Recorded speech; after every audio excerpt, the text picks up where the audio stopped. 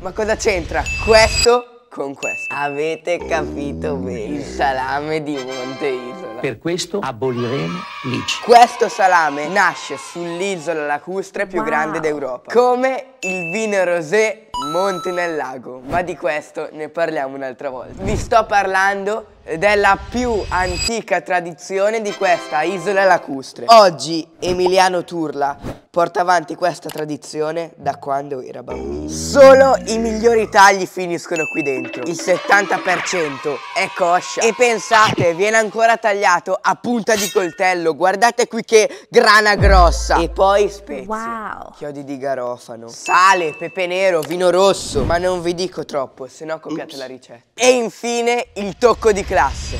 Prima della stagionatura nella ca del salam, una leggera fumicatura con legno di ulivo, bacche di ginepro e alloro. E questo non lo diamo ai gatti, lo diamo a Carlito.